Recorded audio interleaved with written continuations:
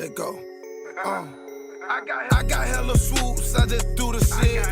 Hey, I got hella gas, you think I grew the shit? Niggas tweet by hoes, they on some goofy shit.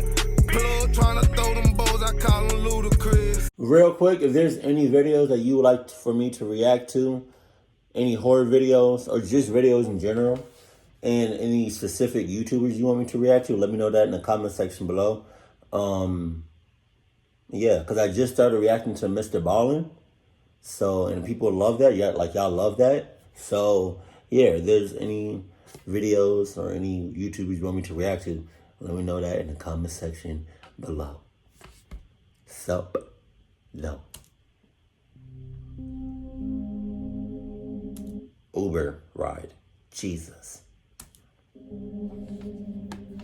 I hardly like to remember the first and last time I ever Who the hell is that in the background? He's sus as shit. took an Uber, as it was a fairly traumatic experience. I had just finished an 11-hour shift, and I hadn't hardly gotten any sleep the night before. Even if I had a vehicle at that time, I'm not sure I would have chosen to drive myself home, just because of my level of exhaustion. Usually I took a taxi home, but either the ones that drove past me that day didn't want to drive me, or they were all taken. So I chose to use Uber since my friends both raved so hard about it, practically preaching as if it was their own personal religion. Well, in every good few experiences there's a bad one, and this is where mine begins. Jesus. Once my Uber arrived, I noticed it had no back license plate. That's a red flag right there. That's a red flag right there. I'm good. You know what I don't like? Tell me if y'all can relate to this. When you see people that have like paper plates, or like it says tags applied for, you know they be capping. But I didn't think much about it because, to be quite honest, I was a blink away from passing out onto the pavement. So of course, I didn't think anything on it. Yeah, and you also a blink away of getting clucked up in your ass. No condom necessary. I just want to let you know that, brother. The moment I sat in the vehicle, I noticed how clean and impeccable everything was, especially compared to most of the taxis I had taken in my life. Another thing I noticed was how the man in the front seat never so much as took a glance in my direction. He even just sat there for a minute in complete and utter silence, unmoving. After that minute, I began to think that I had somehow gotten into the wrong vehicle and apologized. But once I did, the car started moving, so I relaxed a bit, assuming he may have just been waiting for a moment to get back into traffic.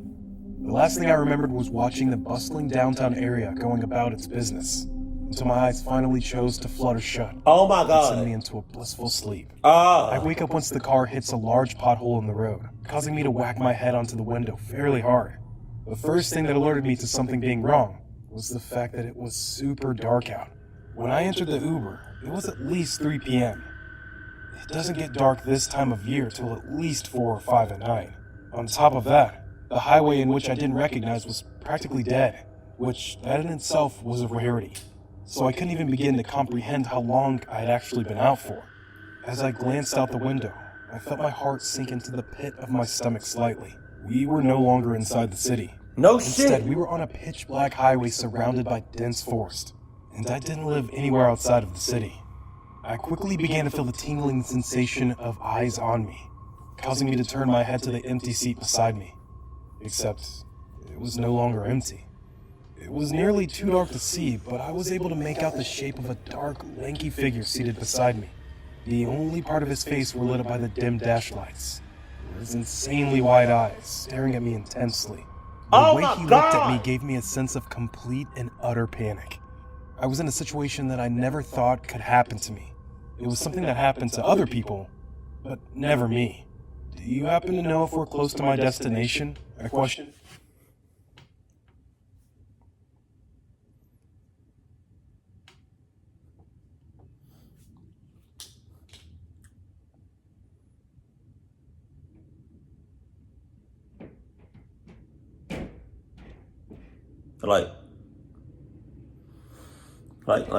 Like you dead ass, right? Just got it. You deadass just did that. You just nonchalantly just talk to a random ass. In your situation is already clogged. But then you got a random ass person sitting next to you, and you just nonchalantly just talking to him, asking questions. What the cluck is wrong with you? Trying to sound as calm as possible. Then the man beside me continued to stare at me longer than any sane person would be comfortable with. He has other plans for you. A new destination. We're almost there. My ass. The man beside me stated in an unsettling tone. At this point, I was sure the man hadn't blinked a single time since I had woken up. The man's words quickly sent my already present panic into overdrive. The car was going nearly 100 miles per hour on the highway. In the middle of the night, my mind began to race as fast as the vehicle, grasping at any faint idea I could use to get me out of the car or out of this situation. If I jumped out of the vehicle and somehow didn't break any bones or end up dead, they wouldn't easily find me on the road. Plus, I had no clue where I even was. I have to go to the bathroom. Could we maybe make a quick stop? I said. The two men simply stayed quiet, practically ignoring my question, although it hardly seemed as though they had even heard me at all. The others will welcome you once he is done. He will welcome you. The man in the front seat finally spoke deeply, the vibrato and the intent in his voice shaking me to the core. That moment, a single vehicle finally drove past us. The light that filled the car was enough to help me see my surroundings better, giving me a moment to get a more clear look at the second passenger. The man beside me had fresh stitches all over his face. His top eyelids were stuck open, making his constant wide eyes more understandable, but no less unsettling. His entire face was almost like some sick sewing project, almost reminiscent of Frankenstein, but confined to the head rather than the entire body. You came to us for a reason. He will be pleased to make you like me. Like us. The man beside me said... What did he just say? What did he just say? Confined to the head rather than the entire body. You came to us for a reason. I came to y'all for... What the hell? That's the second cop car to run past me. Yeah, y'all, I don't live in a great... I live in the hood. I'm gonna let y'all know that. So...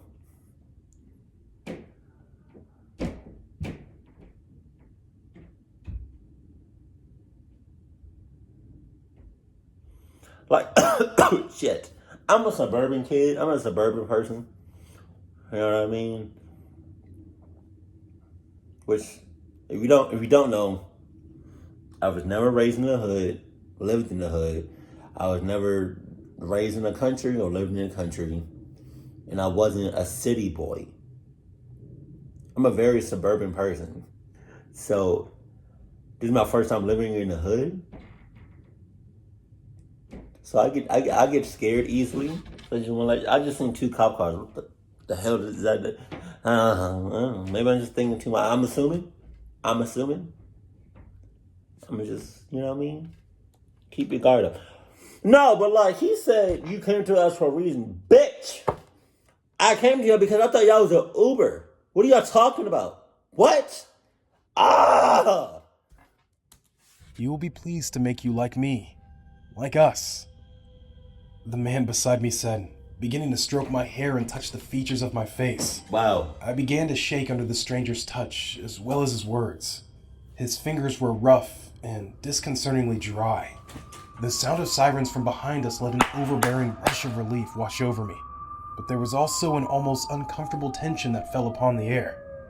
It felt as if something within the air was taut and ready to snap at any moment. As if the slightest provocation or wrong movement could cause it to blow. Do you folks know why I pulled you over? The police officer questioned once he reached the car. No, sir, I don't believe I do. The man in the driver's seat said in a flat manner. Well, for starters, you were going nearly 50 over the speed limit. That, of course, isn't a huge deal, as it is the highway, and it's not very busy right now. But both of your headlights are burnt out, and that's way too dangerous for the road. I'm surprised I even caught you, it was so dark. The officer stated calmly, tapping his fingers against the car as he stared into the dark vehicle. The moment his eyes made contact with my own, I tried as hard as possible to convey my fear, to slightly... Boy, you better talk with your eyeballs. Talk with the motherfucker. You talk, do this shit.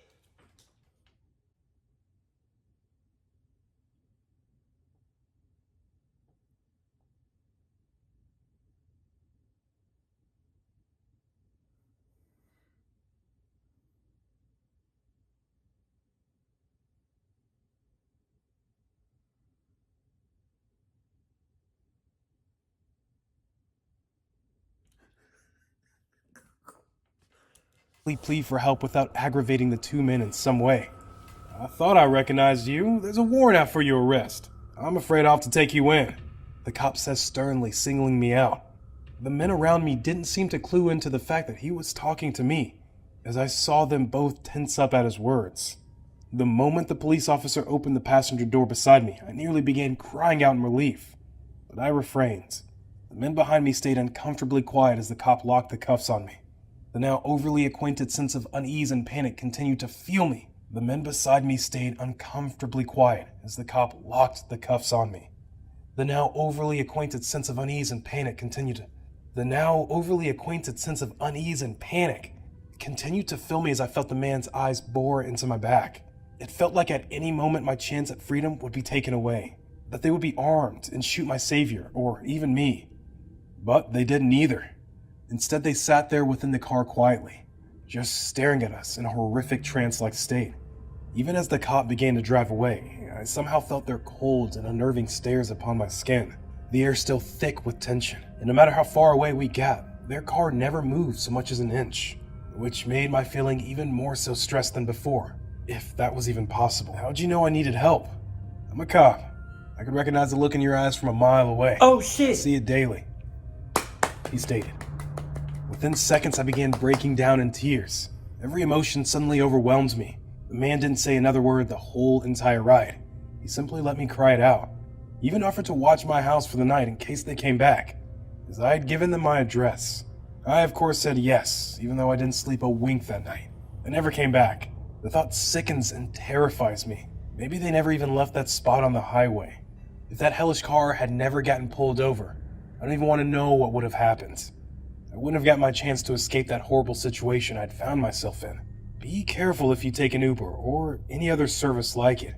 And no matter how tired you are, don't fall asleep in the vehicle. I'm saying.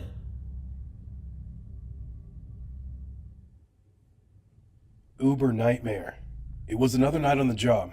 Not that I liked nights on the job, but my rent was due in a week and I already spent the money I had on new tires and an oil change for my car. I knew that was no excuse for my landlord, who told me last month, if you're late on your rent again, I'll make sure you're gone. Yeah, she wasn't big on leniency. In any case, I've spent every night chauffeuring around kids, workaholics, and drunks for the abysmal wage Uber will give me. I couldn't be kicked out onto the streets. It's not like I had family around since I moved to this quiet coastal town a few months ago. I haven't really made any friends here either. So, into the night, I drove. I hated driving around at night. It gave me the creeps. Because it was close to the water, there was always this ominous dew that blanketed the sky. Imagine that drive down a foggy bridge. You know, the one where you didn't dare look back through the rearview mirror. Anyway, I just dropped off this inebriated couple from a bar. When my next picked up pinged my phone, I thought to myself, that was fast. But it was late. Probably just another person leaving the bar, as last call had surely passed. As I drove to pick up my next passenger, I noticed that this person is exactly where I picked up the couple a half hour earlier. At this time, it didn't strike me as too strange. It was more of just a weird coincidence. I shrugged it off rather quickly. As I approached, I didn't see anybody, and there seemed to be an extra layer of fog. I honked and looked to see if anybody was walking up, but I didn't see anything. I averted my eyes to my phone to double-check the pickup location. No, I was in the right. The rear driver door suddenly opens. My heart was definitely close to leaping out of my chest. Hello there. You scared the hell out of me. I laughed. I was even a little embarrassed. It was a heavyset guy who didn't say anything as he stepped in and sat. I looked back at him briefly. He was clutching a brown paper bag. He put it beside him, keeping it close. Then he looked at me with a blank stare. I turned back around quickly. It says you want to be dropped off just a block away? Was there a mistake? I mean, no problem. I just want to make sure it wasn't a mistake. Finally, the guy spoke. His voice was low and harsh. Must be a mistake. He paused. Was he going to say something else? Did I not hear something he said? You're doing too much. The couple that you just picked up. Oh, really? I asked instinctively. They wanted to ride separately, he said, matter-of-factly. Then I remembered that the couple was making out, and they were surely drunk. So I guess it did make sense for them to ride alone. Still, it just seems so strange. So I'm taking you to the same place I took them then? Wow. He just grunted. What? I felt like something was off, but I have to admit I was too freaked out to question anything. So I put their address in, put the car in gear, and drove off. Every so often, I glanced at the brown paper bag the guy had next to him. I didn't want to be obvious, but I wondered if there was maybe a beer in the bag, maybe some snacks. Or a gun! I even began to wonder if there was a weapon of some sort inside. Maybe I was just being paranoid. Then my phone sounded and I almost jumped. I had a notification from Uber that there was someone else that wanted to be picked up along the way. That was weird since it was already past 3 in the morning. It didn't bother me though. I was just relieved to have someone else join us. Come on. Come on, man. Come on. With the chances of that other person that's about to get into the car is in cahoots with the person that's already in the car with the brown paper bag with the gun in it, I farted. It's pretty slim. I mean, it's pretty high. It's pretty high. It's like way up there. Like, oh, it's raining. Oh. I hope my windows are up in my car. If it's not, it's tough. I started getting more and more on edge with this strange guy sitting behind me. We got to the location of the other passenger. She was standing under a streetlight. Easy to find this time. Already an upgrade from my last pickup. This girl was bundled up quite a bit, so it was hard to get a good look at her. She slowly jogged up to the passenger side of my car, which I'd usually advise the person to sit in the back. But given this guy back there, I decided to not put her in that situation. She opened the door and got in quickly. Hello, late night, huh? She looked at me and her eyes seemed ice cold. Oh, yeah? It was unnerving. She smiled and looked out ahead. I brushed it off and looked to see where she was being dropped off at. And it was the same address the couple was dropped off at. Come on! Come on! You can't put 2 and 2 together? Yo, these cats are knocked the cluck out right now. Unless they not and they just trying to sleep past my my loudness. But why did I open this water bottle and like it says like don't y'all know like when y'all open up a can or like some soda, you hear that this water did that. That was weird. But come on, man. Come on. Come on. The same address I was taking this guy. I looked at her and asked, "So, you all know each other?" She looked back at the guy and then smiled. She then looked at me and said confidently, "Yep." Wow. I swallowed the spit that had been welling up in my mouth and shut up for the rest of the drive. I was sure something was wrong. Why he switched There spots? was nothing I could do at this point. My best bet was to just drop them off and go home. We were just minutes away. Then all this would be over. And call the police. As we pulled up to the address, I noticed all the lights were off. Great. The guy got out first and began walking towards the house. Then the girl got out. Before she closed the door, she looked back and said, "You just have to wait a minute. We're dropping off something they forgot." Who? Nah. I'm driving the hell off. At this point, I'm driving the hell off. And cops are already on my phone. They know where you at. Cluck, you talking about. They're gonna cluck that couple up. "We'll be right back." She smiled and waited to hear how I was going to respond. Yeah, of course. Now, why the hell did I say that? She shut the door and went to follow the guy. I looked on at them. It was so dark. I even lost sight of them. Then I looked ahead and sat there for a few minutes. Should I just leave? Yes. I thought to myself. Before I could even entertain the thought, the girl's hand slammed on the passenger window. She opened the door and exclaimed, "Please, hurry, quick! My friend needs help!" My jaw dropped. I knew something bad was happening. Something just didn't feel right. I sat there frozen. Hurry, there's blood. We need your help to get her to the hospital. Oh, yeah? Oh, yeah. Bet. I'll call the police. I'll wait. I'm not going in there. I'll wait. She continued. I tried to push the fear out of the back of my mind and got out of the car to follow her. I followed closely as we neared the front door. When we got just inside the door, I stopped and was going to make a run for it back to my car, but the door slammed before I could step out. The guy was standing there and shoved me to the ground. He had a blood-soaked knife in his hands.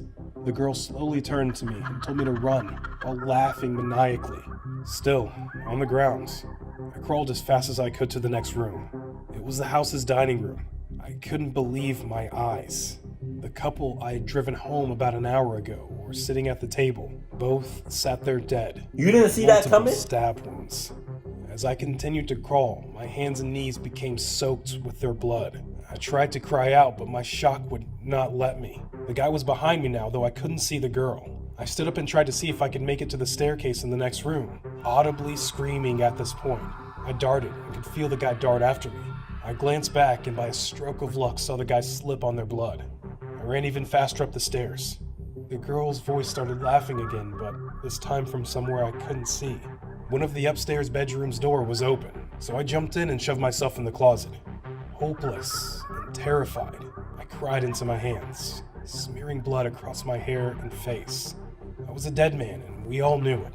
I couldn't hear anything at first. Then there were loud, heavy footsteps coming up the stairs.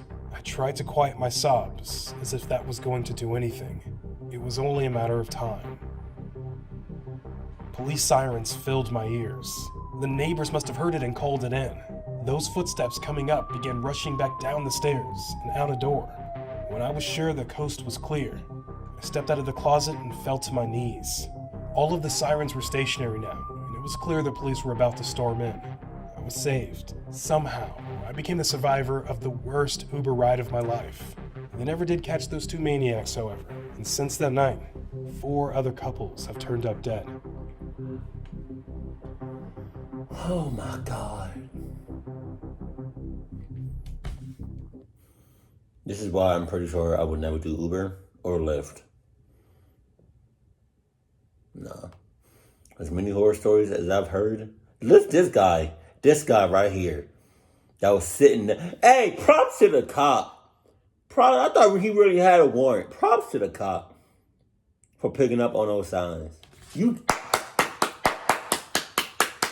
Let's go.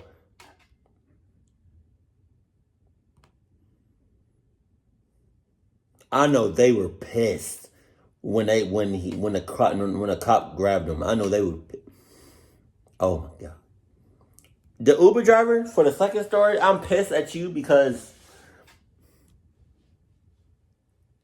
you waited so long. What the hell is wrong with you? That's another thing. That's why I can't be no Uber driver. Like, I just pick up on hella signs. And I'm not about to just wait there because you said so. Fuck them up. No. And you didn't pay me? Hell no. Keep it cool, See, and I love you. Stay happy. My family.